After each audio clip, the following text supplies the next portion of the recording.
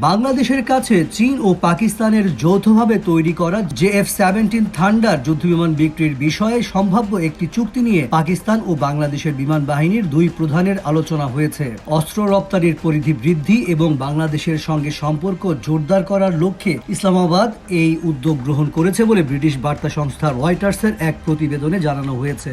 গত বছরের মে মাসে চিরশত্রু ভারতের সঙ্গে সংঘাতে পাকিস্তান বিমান বাহিনীর সাফল্যকে কাজে লাগাতে চায় ইসলামাবাদ। তারই ধারাবাহিকতায় ইসলামাবাদে বাংলাদেশ ও পাকিস্তানের বিমান বাহিনীর দুই প্রধানের ওই আলোচনা অনুষ্ঠিত হয়েছে। ওই সংঘাত ছিল পারমাণবিক অস্ত্রধারী দুই প্রতিবেশী দেশের মাঝে প্রায় 3 দশকের মধ্যে সবচেয়ে ভয়াবহ লড়াই।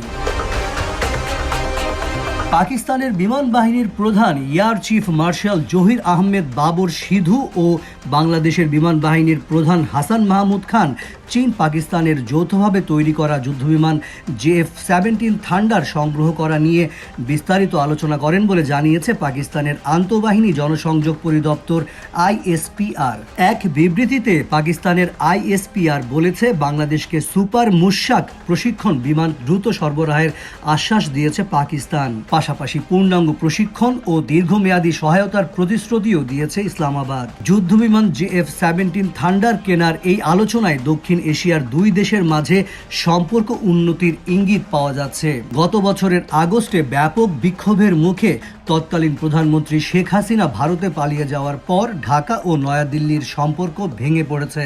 এরপর থেকে পাকিস্তান ও বাংলাদেশের ঘনিষ্ঠতা বৃদ্ধি পেয়েছে। পাকিস্তানের সামরিক বাহিনীর অস্ত্র তৈরির কর্মসূচির মূল ভিত্তিতে পরিণত হয়েছে JF-17 থান্ডার যুদ্ধবিমান। এই বিমান আজারবাইজানের সঙ্গে চুক্তিতে অন্তর্ভুক্ত রয়েছে এবং লিবিয়ান ন্যাশনাল আর্মির সঙ্গে $400 কোটি অস্ত্র চুক্তিরও অংশ।